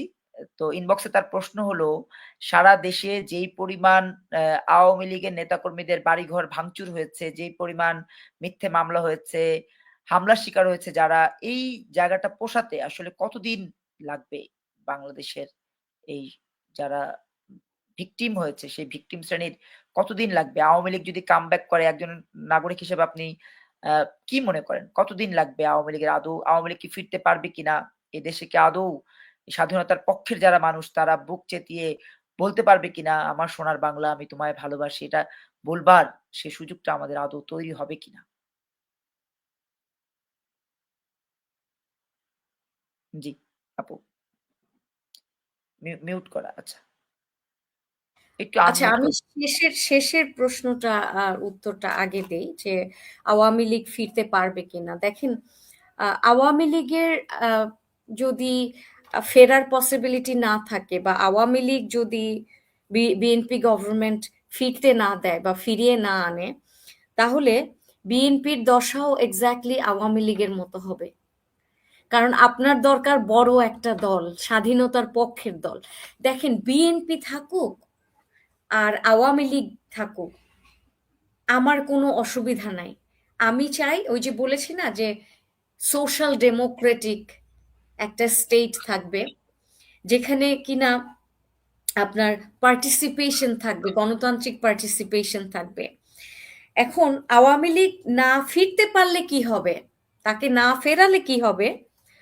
এই যে ধর্মভিত্তিক দলগুলি যারা কিনা আপনার রাইট উইং, যারা ইডিওসেন্ট্রিক পলিটিক্স করে, তাদের দেখেন, আপনি এখানে সবার কমেন্ট দেখবেন আর তাদের বটদের কমেন্ট দেখবেন একদম আলাদা। তার মানে তারা দেশটাকে একেবারে এতটা পিছিয়ে নিয়ে যাবে এবং তারা সবচেয়ে বড় ক্ষতি করবে হচ্ছে ধর্মের, ইসলামের। এরা এত ক্ষতি করেছে ইসলামের, যেটা বলার বাইরে। মানে ইসলামকে এত ডিফেম করেছে, এত বদনাম করেছে। এদের কারণে মানুষ মনে করে কি জানেন, জামাত, জামাতে ইসলাম, জামাতের সাথে কিন্তু ইসলাম শব্দটা আছে। যখন ইসলাম শব্দটা একটা রাজনৈতিক দলের নামের সাথে থাকে, তাদের আরো বেশি, আমাদের থেকে বেশি রেসপন্সিবল হওয়ার কথা। তাদের ভাষা এরকম হওয়ার কথা না, মুনাফিকি করার কথা না, তাদের বট হওয়ার কথা না। কিন্তু দেখেন, এরা এরা দেশটাকে, এরা গান বন্ধ করে দিয়েছে। এই যে ইউনূস সরকার স্কুলে গানের শিক্ষক নিয়োগ বাদ দিয়ে দিয়েছে। ইসিএ, এক্সট্রা কারিকুলার অ্যাক্টিভিটি জি, যেটা, সেটাকে বাদ দিয়ে দিয়েছে। আমরা যে দেশে পড়াই সেখানে, আমি ব্রিটিশ ন্যাশনাল কারিকুলাম পড়িয়েছি দীর্ঘদিন। সেখানে ধরেন 3টা একাডেমিক সাবজেক্ট আর সব ইসিএ, দিনে, এভরিডে। তো এখন এর কারণ কি? কারণ কি পড়াশোনা মানে মুখস্থ করা আর লিখে লিখে প্রশ্নের উত্তর দেয়া না তো। আপনাকে মানুষ হিসেবে স্কিলফুল একটা আহ, আহ, একটা একটা প্রপার সিটিজেন তৈরি করে উঠাতে হবে। তো এখানে এই মানুষগুলি দেশটাকে ধীরে ধীরে ভীষণ পেছনে নিয়ে যাবে এবং এদের হাতে দেশ যদি না ছাড়তে চায়, তাহলে দেশের বড় দলগুলি কেউ কাউকে রাজনীতি করুক, সিভিক রাজনীতি করুক, প্রপার রাজনীতি করুক, দমন পীড়নের রাজনীতি এই দেশে খাটবে না। বললাম না, যে দেশের জন্ম হয় আন্দোলনের মধ্য দিয়ে, যুদ্ধের মধ্য দিয়ে, তারা যুদ্ধ করা জাতি, তাদেরকে আপনি ফুল কন্ট্রোলে আনতে পারবেন না। তাদের পুরা বায়োপলিটিক্স এখানে খাটবে না। এখানে ভিন্ন, এই এই জিনিসটা খুব স্মার্টলি হ্যান্ডেল করতে হবে যে যে যার মতো রাজনীতি করবে। এই দেশের সঠিক যারা কিনা প্রপার সেন্টার, মানে সেন্টারে যারা থাকে, সেন্ট্রিস্ট রাজনীতি যারা করে, ইভেন সেন্টার রাইটেও যদি থাকে খুব একটা অসুবিধা নাই। কিন্তু ফুল রাইট উইং যারা, একদম আপনার দক্ষিণ পন্থা, এই দক্ষিণ পন্থার উত্থান তখন হয় যখন বড় দল, একটা বড় দল আর একটা বড় দলকে দমন পীড়ন করে, তাকে দমন পীড়ন। রাজনীতি করতে দেয় না। এইটা করতে দিতে হবে। এবং বিএনপি যদি না করে, তাহলে বিএনপি নিজের পতন নিজে ডেকে আনবে। এবং এই জামাতি এবং জামাতের বটবাহিনী cyber attack, at the same time এরা তো যে কোনো কিছু করতে পারে, এদের তো জীবনেরও মায়া নাই। মায়া নাই। জান নিতে পারে, জান দিতে পারে, এরা হচ্ছে সেই জিনিস। তো এই মানুষগুলিকে আপনি আহ দমিয়ে রাখার জন্য আপনার বিভিন্ন মতের, বিভিন্ন ধরনের পলিটিক্যাল পার্টির এখানে অ্যাক্টিভিটি থাকা প্রয়োজন। এবং সেই যুক্তিতে আওয়ামী লীগকে অবশ্যই রাজনীতি করতে দিতে হবে। না হয় নিজেদের মানে নিজেদের পতন নিজেদের নিজেরা ডেকে তৈরি আনা। করতে। জি। নিজেরা তৈরি ধন্যবাদ। আমাদের এক বোন, তার নাম হচ্ছে সুমাইয়া। তিনি লিখেছেন, অনেকগুলো কমেন্ট তিনি করেছেন। সুমাইয়া আপাকে ধন্যবাদ জানাচ্ছি যে তিনি ধৈর্য সহকারে আমাদের পুরো লাইভ আয়োজনটি দেখছেন। অনেকগুলো কমেন্ট করেছেন। একটা কমেন্ট তিনি লাস্টে যেটি লিখেছেন, যেটা তারা যারা গালি দেয় তারা সবাই ইসলামিস্ট। এই কথাগুলো ইসলামিস্ট, এই কথা হলো তারা ইসলামিস্ট হয়ে গালি কেন দেয়? তিনি প্রশ্ন করেছেন কেন গালি দেয়? কারণ আমার মনে হয় যে তারা আসলে ইসলামটাকেই ধারণ করে না। এমনি নামে ইসলাম, মাথায় টুপি দেয়, মসজিদে যায়, কিন্তু তারা মূলত ইসলামকে ক্যারি করে না। আবার আরেকজন লিখেছেন লায়লা চৌধুরী, তিনি লিখেছেন, সম্মানিত বোন, আপনাকে লিখেছেন, নারীরা নিরাপত্তাহীনতায় ভুগছেন, করণীয় কি? আচ্ছা, ফার্স্টে সুমাইয়ার কোয়েশ্চেনটার উত্তরটা দিচ্ছি। সেটা হচ্ছে এরা আসলে ধর্ম থেকে বেশি হচ্ছে এরা ক্ষমতা চায়। এবং এই ওই যে শুরুতে আমি বলেছিলাম না যে এনসিপি যখন দেখলো যে কোটা আন্দোলন করার পরে তারা বিপুল পরিমাণে সাড়া পেয়েছে এবং সবাই তাদের সাথে যুক্ত হয়েছে, এবং আওয়ামী লীগ মিস হ্যান্ডলিং করেছে যে প্রোটেস্টটা, তারা ঠিকঠাক ভাবে কথা বলতে পারেনি, তাদের সাথে সংযোগ তৈরি করতে পারেনি, ল্যাঙ্গুয়েজের ভাষার ব্যবহারে ভুল ছিল, আন্দোলনটাকে কিভাবে নেগোশিয়েট করবে সেটা করতে পারেনি, সেহেতু ওই সময় কিছু স্টুডেন্টরা মারা গেল ইনিশিয়াল স্টেজে।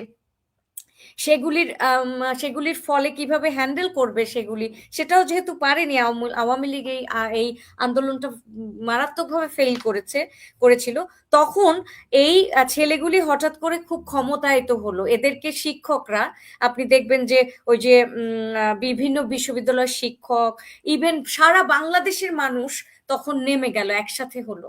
তখন যখন তারা আন্দোলন করে, তখন তারা ফিল করেছে যে তারা রাজনীতি করতে পারবে, তাদের পক্ষে বিশাল ইয়ে আছে, জনবল আছে, এবং তারা এই জনবল তাদেরকে ভোট দিবে, তারা, এবং যার ফলে তারা একসময় ক্ষমতা লোভী হয়ে যায়। এবং ভেরি আনফরচুনেটলি বাংলাদেশের সুশীলরা এই পোলাপানকে যখন ক্ষমতায় বসালো, ধরেন আমার ক্লাসে অনেক ভালো স্টুডেন্ট আছে, আমার থেকেও দেখা যায় অনেক সুন্দর কথা বলছে, আমার থেকে ভালো ইংরেজি বলছে, আমি কি তাকে ধরে শিক্ষক বানিয়ে আমি ওখানে বসে যাব যে আমি শিখি তোমরা পড়াও? এটা তো হয় না, হয়? তাই তো।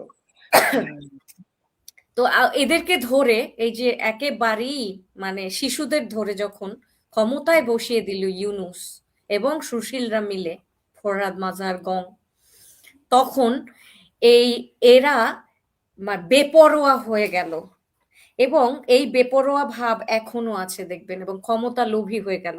এখন কি হয়েছে, ক্ষমতায় যাওয়ার জন্য এই জামাত শিবির সহ আপনি এই এনসিপি, এরা যা যা দরকার তাই করতে পারবে, কোনো এমন কিছু নাই যে করতে পারবে না।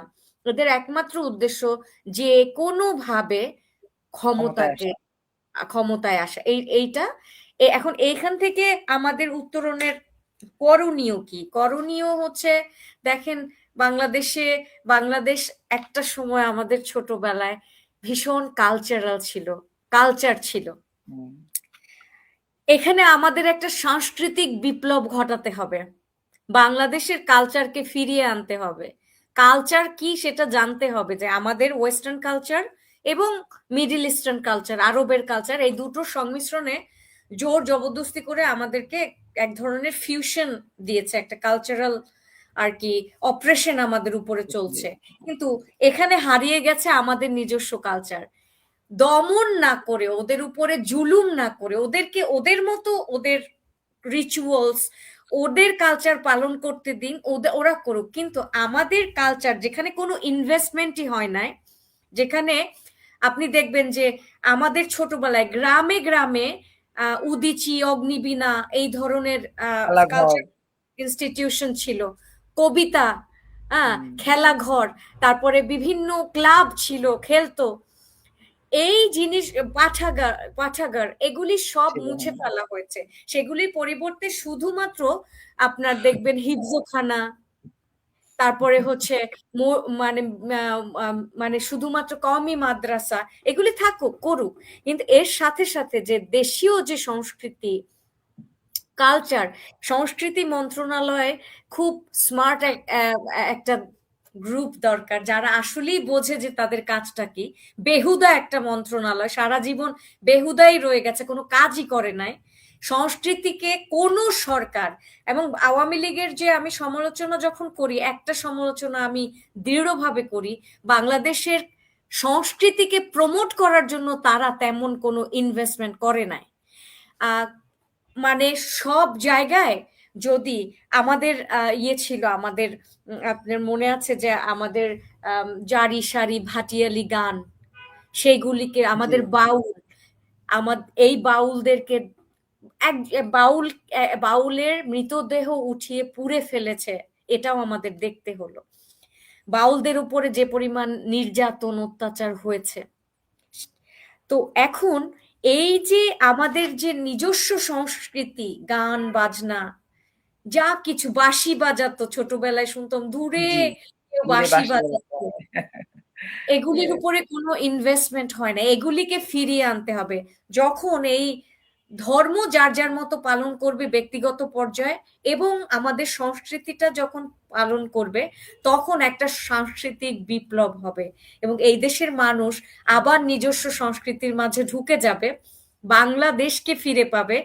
এবং দেখেন, আমাদের দেশে আমাদের পহেলা বৈশাখ পালন করার জন্য, পৌষ সংক্রান্তি পালন করার জন্য আমাদের দেশি মানুষের সাথে আমাদের যুদ্ধ করে করতে হয়, যে এগুলি বেদায়তি।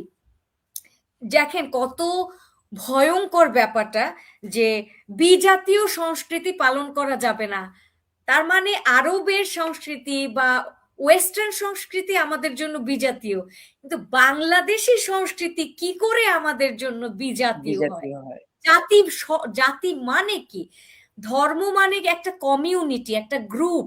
ধর্ম তো জাতিসত্তা না। তাই তো। জাতিসত্তা আমি বাংলাদেশি, বাঙালি, বাঙালি আমার জাতিসত্তা।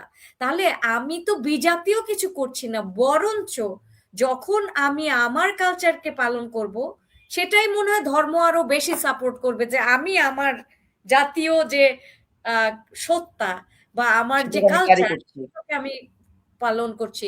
এবং ইসলামে তো আমি ছোটবেলায় অনেকবার শুনতাম, আমার মা বলতো দেশপ্রেম ইমানের অঙ্গ। তাহলে অঙ্গ। ভাই তোদের দেশপ্রেমটা গেলটা কোথায়? তাই তো। তো আপা অনেক সময় নিয়ে আমরা কথা বললাম। প্রায় আপনার হচ্ছে ৫২ মিনিট আমরা ওভার করেছি। প্রিয় দর্শক যারা যেখান থেকে দেখছেন সবাইকে কৃতজ্ঞতা জানাচ্ছি। একই সাথে অনুরোধ জানাবো লাইভটি যদি ভালো লেগে থাকে শেয়ার করবেন। যারা গালাগালি করছেন তারাও শেয়ার করবেন। কারণ আপনাদের তো এগুলো রেকর্ড করা দরকার, রেকর্ড রাখা দরকার, রাখবেন রেকর্ড। কারণ বাঙালি, এই বাঙালির ইতিহাস শুধুমাত্র এই ৫৪ বছর নয় কিন্তু। এই বাঙালির ইতিহাস ৪০০ বছরেরও অধিক সময়। এবং আমরা কখনোই কাউকেই ভয় পাইনি। আমরা বর্গি তাড়িয়েছি। আমরা বিভিন্ন সময় আন্দোলন সংগ্রাম করে নীল চাষী, নীল বিদ্রোহ করেছি। আমরা আ অ্যা তিতুমীরের সেই বাঁশের কেল্লা নির্মাণের মধ্য দিয়ে প্রমাণ করেছি যে আমরা আমাদের মনের সামর্থ্য দিয়ে নিজেদেরকে তৈরি করতে পারি।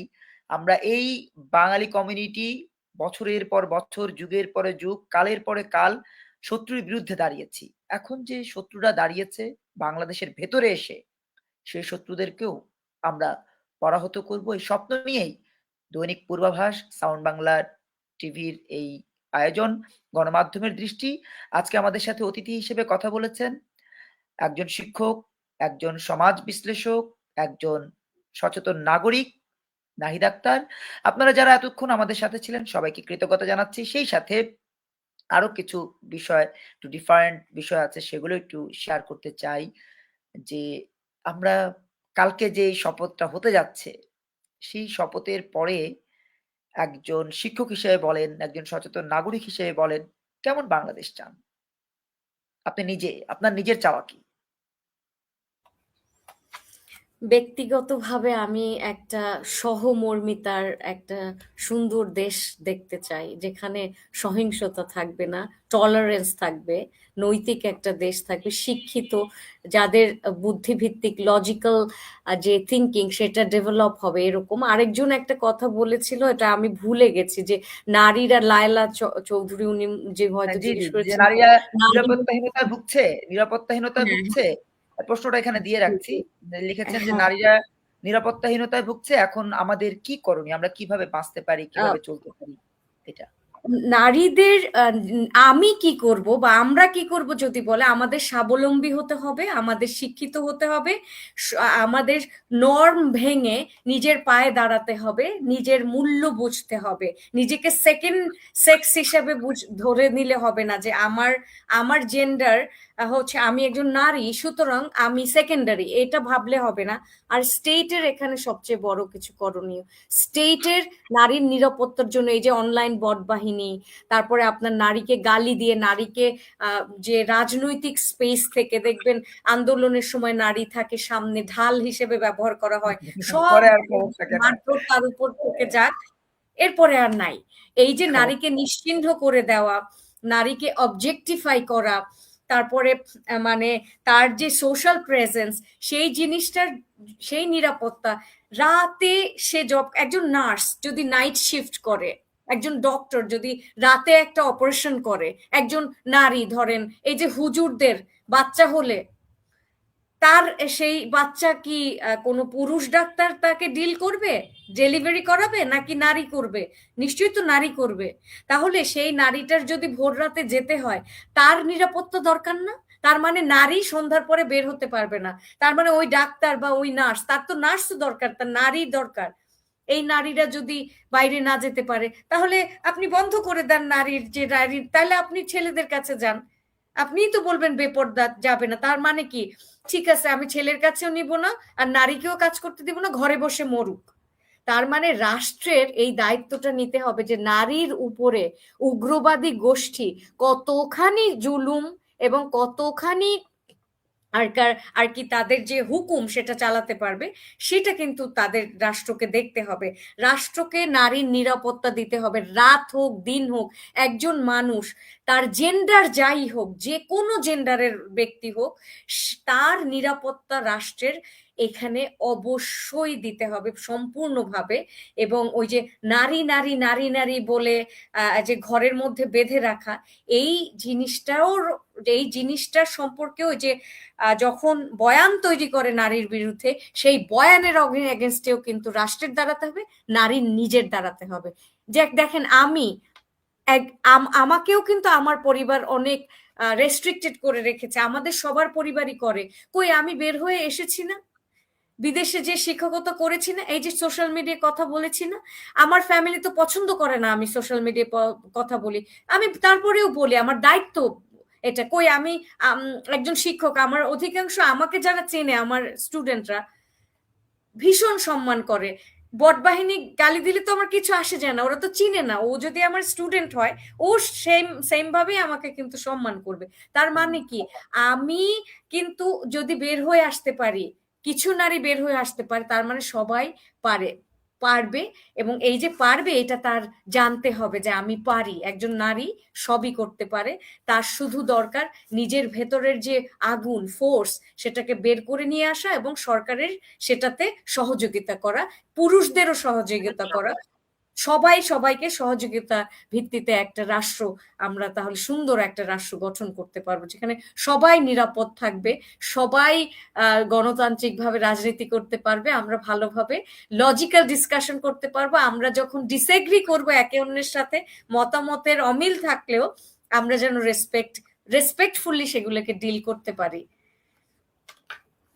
ধন্যবাদ সুমাইয়া আপা, অনেকগুলো কমেন্ট করেছেন। সুমাইয়া আপাকে আপনার স্ক্রলে দেয়া আছে, নিচে দেয়া আছে যে আমি চাই এ দেশ এ কোনো নারী না থাকুক, বেড়ারা একাই থাকুক, দেখি নারী ছাড়া ওরা কিভাবে চলতে পারে।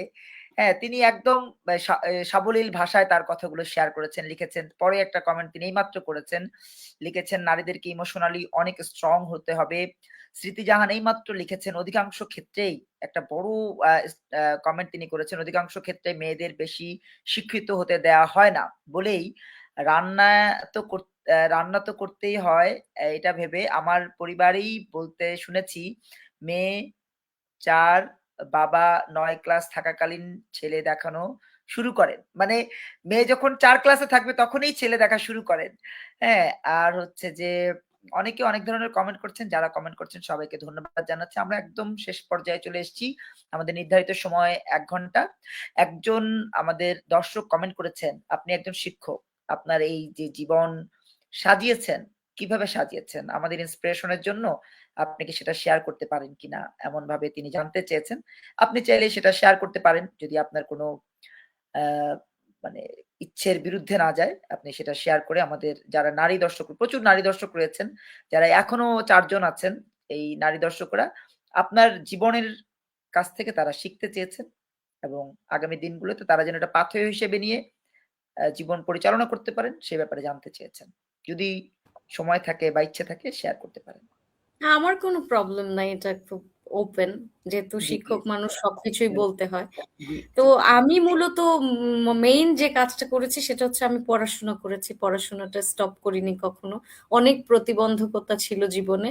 কিন্তু সব প্রতিবন্ধকতার আমি আ আসলে ওই স্পেসিফিক টাইমটাতে কষ্টও লেগেছে। কিন্তু আমি সামনে এগিয়েছি। আমার মনে হয়েছে আমার কিছু হতে হবে। I have to be someone. মানে আমি দেখেছি আমার ভাইরা আ মানে ছেলেদের উপরে অনেক ইনভেস্টমেন্ট বেশি করে, মেয়েদের উপরে ভেরি ট্রু। ইমোশনাল ইনভেস্টমেন্ট করে, আমাদেরকে ফার্মের মুরগি হিসেবে বড় করে, স্বাস্থ্য-টাস্থ্য ভালো হতে হবে যাতে তোমাকে ছেলে পছন্দ করে। তারপরে হচ্ছে আপনার ফেয়ার অ্যান্ড লাভলি লাগাতে হবে যেন স্কিন টোনটা ফর্সা হয়। তারপরে হচ্ছে আপনার হাই হিল যাতে হাইটটা ভালো দেখায়। তো এভাবেই আমাদের বড় করেছে। কিন্তু এগুলি না একটা পর্যায়ে না মানে আ নারীবাদী আন্দোলনের সাথে যুক্ততা মানে অনলাইনে আমি কখনো আসলে অফলাইনে করতে পারিনি এই জন্য যে আমি অধিকাংশ সময় বিদেশে ছিলাম। তো আম বাংলাদেশে আসলেও খুব দীর্ঘ সময় আমার থাকা হয় না। বাট বাংলাদেশে আসলেও আমি পড়াই। কোথাও না কোথাও আমি পার্ট টাইম টিচিং করি। তো এই ক্ষেত্রে আমি কাজ করা কখনো বন্ধ করিনি এবং আমি সবসময় নিজের যে মানে নলেজ সেটা গ্রো করার চেষ্টা করেছি যে একটা থেকে আর মানুষের থেকে শেখার চেষ্টা করেছি। এই যে যারা কমেন্টস দিচ্ছে তাদের থেকেও শেখার চেষ্টা করছি। কি সুন্দর লিখছে। আপনি কথা হুম, বলছেন, এত সুন্দর করে উপস্থাপন করছেন। আমি সেটা দেখেও শেখার চেষ্টা করছি। তো আমি শেখাটা কখনো স্টপ করিনি। পড়াটা কখনো স্টপ করিনি। মানে যত আমার বাচ্চা আছে, আমার মেয়ের বয়স আপনার 18 হয়ে গেছে, 18 হয়ে গেছে। তো আমার মানে এখনো আমার মেয়ে বলে যে, "মা আমি ছোটবেলা থেকে দেখি তুমি ইউনিভার্সিটিতে যাও। তুমি এখনো যাও। মানে পড়াও আবার নিজেও পড়ছো। কোনো না কোনো বরাবর। কোর্স আমি করছি।" ছোট কোর্স হলেও করছি। তো এভাবে আমি নিজের হুম, মানে আ নিজের জানার পরিসরটা আ বাড়াতে চেষ্টা করেছি। একজন মানুষ হিসেবে নিজেকে তৈরি করতে চেষ্টা করেছি যে আমি কোনো জেন্ডার হব না। আমি একজন মানুষ হব। আমাকে যেন সবাই মানুষ হিসেবে ট্রিট করে। আম কথা বলতে পারি। আমার আ বক্তব্যে বা আমার লেখায় যদি কারো কোনো উপকার হয়, একটা মানুষও যদি কিছু শেখে সেটা আমার জন্য অনেক বড় পাওয়া হবে। তো যুদ্ধটা অনেক কঠিন ছিল, ভীষণ কঠিন ছিল। এই যুদ্ধটা আমি একা করেছি, মা হিসেবে করেছি, একজন শিক্ষক হিসেবে করেছি, একজন স্টুডেন্ট হিসেবে করেছি। জীবনের মানে I am a student of life. So এই ক্ষেত্রে ওই সবকিছু থেকে আর কি শিখেছি এবং নিজের উপরে সবসময় ভরসা রেখেছি। মৃত্যু তো হবেই, আজ হোক কাল হোক মরে যাব। যেমন এই ধরনের আমার ফেমিনিস্ট মুভমেন্ট নামে একটা পেজ আছে সেখানে প্রতিদিন ডেথ থ্রেট দেয় যে তোর জীবন শেষ ঘনিয়ে আসছে তোকে মেরে ফেলবো এসব প্রতিদিন বলে কিন্তু মরে তো যাবই আজ হোক কাল হোক জীবন তো আর সারা জীবন থাকবে না কিন্তু কিছু বলে যাই ভয়েসটা রেইজ করে যাই ওই ভয়টা আমার নেই জীবন ভালো সবাই বাসে কিন্তু আমার বাচ্চাটা আমি ভালোবাসি চাই যে তার মা তার পাশে থাকুক সে যতদিন ছোট আছে কিন্তু তারপরেও কিন্তু আমি বন্ধ করিনি কথা বলা আমি স্ট্রং হয়ে দাঁড়িয়ে রয়েছি কোনো প্রতিবন্ধকতায় আমাকে কখনো থামাতে পারেনি আই ট্রাইড আমি ট্রাই করেই যাই এই আমি একটা জিনিসই পারি সেটা হচ্ছে I fail and I try fail করি আবার ট্রাই করি that's how I live my life এটাই আমার জীবনের ধন্যবাদ। একমাত্র প্রিয় দর্শক যারা যেখান থেকে দেখেছেন, স্মৃতি জাহান আপা লাস্টে এসে আরেকটা কমেন্ট করেছেন, লিখেছেন যে ক্লাস 8 এবং 9 এর কথা বলেছিলাম যে ক্লাস 8 এ 9 এ উঠলেই সাধারণত বাবা-মারা হচ্ছে যে মেয়ে সন্তানকে, কন্যা সন্তানকে বিয়ে দিবার জন্য একদম উদগ্রীব হয়ে ওঠে। এই ব্যাপারটি তিনি আমাদের দৃষ্টিগোচর করার চেষ্টা করেছেন। আমি স্মৃতি জাহান আপাকে কৃতজ্ঞতা জানাই। ওই একটা সমাজ থেকে যেন আমরা বেরোতে পারি, সেজন্যই গণমাধ্যমের দৃষ্টি, আপনাদেরকে সচেতন করার জন্য, অ্যাওয়ার করার জন্য। আমরা যারা যেখান থেকে চেষ্টা করছি সবাইকে শুভকামনায় রাখবেন, সুদৃষ্টিতে রাখবেন। যদি মনে করেন কথা বলতে চান, আমাদের ইনবক্সে যোগাযোগ করবেন। আমরা আপনাদেরকে অথবা আমাদের সেল নাম্বার দেয়া আছে সেখানে যোগাযোগ করবেন। আমরা আপনাদেরকে সাবলীলভাবে আমাদের এই প্ল্যাটফর্মে কথা বলতে দেব। আপনি আপনার মতো করেই, আপনি যেই এলাকারই হন না কেন, বরিশালের হলে বরিশালের আঞ্চলিক ভাষায়, সিলেটের হলে সিলেটের আঞ্চলিক ভাষায়, যে এলাকারই হন, যদি মনে করেন যে না আমার উচ্চারণ ভালো না, আপনি সেই কথাটাই উপস্থাপন করবেন। আমরা সেই কথাটাই আমাদের দর্শকদের সাথে শেয়ার করতে চাই, যাতে করে দর্শক বোঝে যে সাধারণ মানুষের মধ্যে যারা সচেতন হতে চায় তাদের কত কষ্ট, তাদের কত দুঃখ বেদনা। প্রিয় দর্শক, সেই সাথে আমাদের শেষে এসে আমার নামের কাছাকাছি নাম, তার নামও মমিন। তিনি লিখেছেন, ঘরে ঘরে তালিমের নামে নারীদের আবার ঘরে পাঠানোর ব্যবস্থা চলছে, এটার ধিক্কার তিনি জানিয়েছেন। আমরাও এই প্ল্যাটফর্ম থেকে ধিক্কার জানাই। আজকে আপা আমাদেরকে সময় দিয়েছেন, আপার প্রতি কৃতজ্ঞতা, যে অনেক কষ্ট করে, জানি অনেক ব্যস্ত থাকেন, একজন শিক্ষক হিসেবে ব্যস্ততা থাকে, সেই ব্যস্ততার পরেও আমাদেরকে তিনি সময় দিয়েছেন, এজন্য কৃতজ্ঞতা জানাই। সেই সাথে আরেকটু ডিফারেন্ট, অনেক ডিফারেন্ট ভাবে আমরা কিন্তু প্রসঙ্গ চেঞ্জ করতে করতে এসেছি। শেষের দিকে এসে আপনি একজন লেখক হিসেবে আপনার কভার পিকচারে দেখলাম একটা বইয়ের কভার দিয়ে রেখেছেন। এই বইটার সম্পর্কে কিছু বলবেন? যদি আপনি বলেন তাহলে বইটা সম্পর্কে আমরা জানতে পারবো, আমাদের দর্শকরা জানতে পারবে বইটা কোথায় পাওয়া যায়, কোন প্রকাশনা থেকে প্রকাশিত হয়েছে সে সম্পর্কে যদি জানাতে চান। এটা বিজ্ঞাপন না, এটা আপনার পক্ষ থেকে আমাদেরকে আপনার বিষয়টা একটু অবহিত করা। যদি আপনি মনে করেন আপনার বইটা সম্পর্কে জানাবেন, আমরা আপনাকে ওয়েলকাম করছি। আচ্ছা, আমি আমার যে ৩টা বই আছে, ৩টা হচ্ছে আপনার একাডেমিক, সব ডিসার্টেশন। আমার জি। মাস্টার্সের যে থিসিস গুলি, সেগুলি মূলত বই আকারে আমি আপনার কি মাস্টার্স, মানে মাস্টার্স থিসিস বলতে আপনি কি পিএইচডি বা এই পিএইচডি আমার করবার জন্য? মাল্টিপল, আমার ৪টা মাস্টার্স আছে। আচ্ছা। তো আমার যত মানে এর মধ্যে 3টা মাস্টার্সের যে থিসিস পেপার এগুলি। ও আহ, আচ্ছা। এগুলি আমি এগুলি সব, লাস্টে যেটা কভার পিকচার দেয়া, ভয়েসেস, এটা হ্যাঁ, কি? ভয়েসেস অফ দ্য মার্জিন, হ্যাঁ ফ্রম ওটা। দ্য আর মার্জিন। হ্যাঁ হ্যাঁ, তো এগুলি সব হচ্ছে ওগুলি ইংলিশে, সবগুলি হচ্ছে আপনার ইংলিশে লেখা, যেহেতু আমি বিদেশেই করেছি। লেখাপড়াটা মানে মাস্টার্স গুলি অধিকাংশ মিডিয়াম অফ ইনস্ট্রাকশন সবসময় ইংলিশেই ছিল। তো ভয়েসেস ফ্রম দ্য মার্জিনস হচ্ছে আমি স্লাম নিয়ে, স্যানিটেশন মানে বস্তি, হুম, ঢাকা শহরের জি, আমার জি, জি। হচ্ছে এরিয়া ছিল ঢাকা শহরের যে বস্তি এলাকা, সেই বস্তি হুম, এলাকা নিয়ে, এবং আম, সেখানে হচ্ছে যে মানে স্যানিটেশনের যে ক্রাইসিস, যেহেতু আমার এটা আরবানাইজেশন নিয়ে করা একটা প্রজেক্ট আর কি। ঢাকা শহর যে খুব আনপ্লান্ড আরবানাইজড হয়েছে, সেক্ষেত্রে যে গরিব মানুষ, তাদের কথা চিন্তা করা হয়নি। এই শহরটা শুধু ধনীদের জন্য।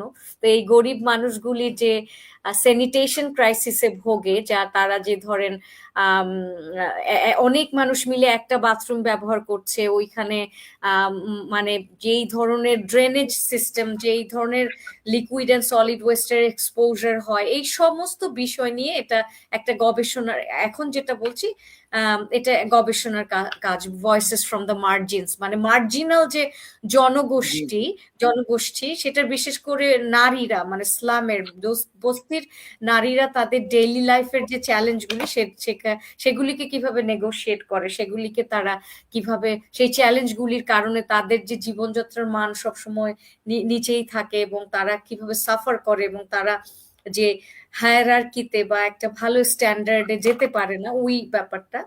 আর এছাড়াও বাকি দুটো ওইটা, একটা হচ্ছে আমার এমবিএ একটা ছিল, ওটা হচ্ছে রিক্রুটমেন্ট টু রিটেনশন। এটা হচ্ছে আপনার যে আপনি যে রিক্রুট করছেন একজন এমপ্লয়িকে, আপনি নিচ্ছেন, তখন তো ভালোভাবে নিচ্ছেন, কিন্তু তাকে যে ধরে রাখতে হবে সেটাই। এমপ্লয়িকে, মানে ওই পুরো জার্নিটা, মানে এটা হচ্ছে হিউম্যান রিসোর্স ম্যানেজমেন্টের উপরে ফোকাস করে, ওটাও গবেষণা। আর হচ্ছে ট্রাম্প ইন ট্রানজিশন, সেটাও হচ্ছে আপনার ট্রেড কে বাংলাদেশের পার্সপেক্টিভে, যে বিজনেস ট্রেড লিবারালাইজেশন, যেটা ট্রেডকে লিবারাল করলে সেটার আর সুফল অর্থনীতির উপরে, সেটা জি, কিভাবে আর কি বাংলাদেশ পাবে, সেটার উপরে। এগুলি আমি অ্যামাজনে সবই আছে। আর ওকে। বাংলাদেশের একটা পাতা প্রকাশ খুবই, আমি যেহেতু এগুলি নিয়ে কোনোদিন ওই অত সিরিয়াসলি ইয়ে করিনি, যেভাবে আছে এভাবেই ওনাদেরকে দিয়ে দিয়েছিলাম। তো ওই ভাই উনি ওগুলি অনলাইনে সবগুলি পাওয়া যাবে। ওকে।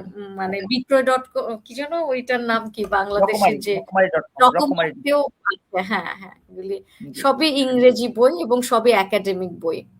জি।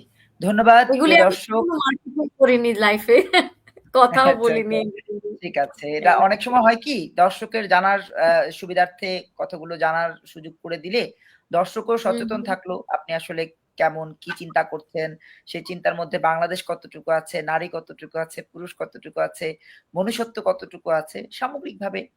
এই পৃথিবী আসলে মানুষের আমি হওয়া দরকার। আমি আমি সমস্ত কাজ পড়াশোনাগুলি করেছি বিদেশে, ইংল্যান্ডে আর রাশিয়াতে।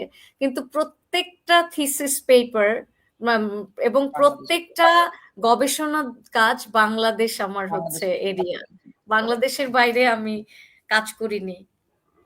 জি, আমরা একদম শেষে চলে এসেছি। আমরা একটু শেষ করব। শেষ করার আগে একটু ভূমিকা দিয়ে রাখি, উপসংহার দিয়ে রাখি।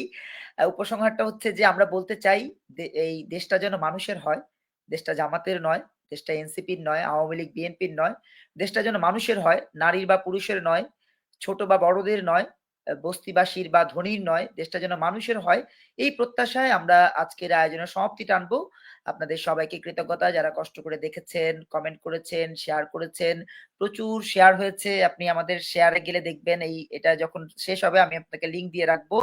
প্রচুর শেয়ার হয়েছে। যারা শেয়ার করেছেন তাদের প্রতি কৃতজ্ঞতা জানাচ্ছি এবং শ্রদ্ধা জানাচ্ছি যে আপনারা এমন একটা জায়গা থেকে চিন্তা করছেন যে জায়গাটা থেকে আমরা একটু ভিন্নভাবে চিন্তা করার সুযোগটা আরো প্রসারিত করতে পারবো। দৈনিক পূর্বাভাস, সাউন্ড বাংলা টিভি, গণমাধ্যমের দৃষ্টির এই আয়োজনে নাহিদ আপাকে আমরা আবারও অতিথি করব। সেই প্রত্যাশায় দর্শক যারা রয়েছেন তাদেরকে আবারও ভালোবাসা, কৃতজ্ঞতা। আমাদের সকল মানুষ সুখী হোক, সমৃদ্ধ দেশের প্রত্যয় এগিয়ে চলুক। এই আশায় আমি বিদায় নিচ্ছি। আপা কথা বলতে আজকের আয়োজন সমাপ্তি টানবেন। আপার বক্তব্যের মধ্য দিয়েই, আপার ধন্যবাদ জ্ঞাপনের মধ্য দিয়েই আজকের আয়োজনের সমাপ্তি ঘটছে। জি। শুরুতে আপনাকে আবারও মানে শেষে, শুরুতে না সরি, শেষ শেষ পর্যায়ে এসে ধন্যবাদটা আপনারই প্রাপ্য, কারণ আপনি আয়োজনটা করেছেন, আপনার কারণেই কথা বলা হয়েছে। তো এই জন্য আহ, মানে আপনাকে ধন্যবাদ, এবং আপনার যে প্ল্যাটফর্মগুলি আছে সেগুলির প্রতি শুভ কামনা রইল, সবসময় শুভ কামনা থাকবে। আর যারা আমাকে দেখেছেন, আমাদের কথাগুলি শুনেছেন এবং এতক্ষণ ছিলেন, এখানে কমেন্টস করেছেন, তাদেরকে অসংখ্য ধন্যবাদ। আম, আবার মানে যদি আসি তাহলে আপনারা সাথে থাকবেন এবং সবসময় হচ্ছে এই চ্যানেলের সাথে থাকবেন, এতটুকুই আমি বলছি। আর হচ্ছে যে বাংলাদেশটা আমাদের সবার, এবং আশা করি আমরা এই দেশটাকে আমাদের সবারই মনে করব। এটা ওই যে ভাই যে বললেন যে দেশটা কোনো একটা দলের না, এই দেশের মালিক হচ্ছে জনগণ, এবং আম, ধীরে ধীরে যাতে আমরা একটা উন্নত রাষ্ট্রে পরিণত হতে পারি, সেই চেষ্টাটা আমাদের সবসময় করে যেতে হবে। আমরা যাতে মানুষ হতে পারি, প্রাণ প্রকৃতির প্রতি দয়াবান হতে পারি। আমাদের আমরা শুধু মানুষরাই যে এক্সিস্ট করব তা না, আশেপাশে লিভিং অ্যান্ড নন লিভিং অনেক আদার বিংস আছে, যেমন প্রাণী আছে, পথ প্রাণী আছে, পথ কুকুর, বিড়াল আছে। আমরা যা খাই সেখান থেকে উচ্ছিষ্ট কিছু খাবার ওদেরকে দিলে ওরা বেঁচে থাকতে পারে। ওদের প্রতি আমরা নির্মম আচরণ না করি, না মারি, ওদেরকে আদর যত্ন করি। তারপরে প্রকৃতি, প্রাণ প্রকৃতি আছে, প্রকৃতির প্রতি আমরা যাতে সহানুভূতিশীল হই, টেক কেয়ার করি। আমাদের যে রিসোর্সেস গুলি আছে সবগুলি প্রকৃতি থেকেই আসে, ইলেকট্রিসিটি, ন্যাচারাল রিসোর্সেস, সেগুলির প্রতিও যেন আমরা খুবই এক্সট্রা কশাসলি আমরা সেগুলিকে যেন হ্যান্ডেল করি। এই সব কিছু মিলিয়েই হচ্ছে আমাদের এই পৃথিবী, আমাদের আহ, রাষ্ট্র। তো সব মানে প্রাণ প্রকৃতি, মানুষ, সবকিছুর প্রতি, ইভেন টেকনোলজি, সবকিছুর প্রতি আমাদের যেন আম, একটা সহানুভূবতা বা সহমর্মিতা, যেটাই আপনি বলেন যে কেয়ার, সেই কেয়ারটা যাতে আমাদের থাকে। এই টুকু বলেই শেষ করছি। আপনারা সবাই ভালো থাকবেন। শুভরাত্রি।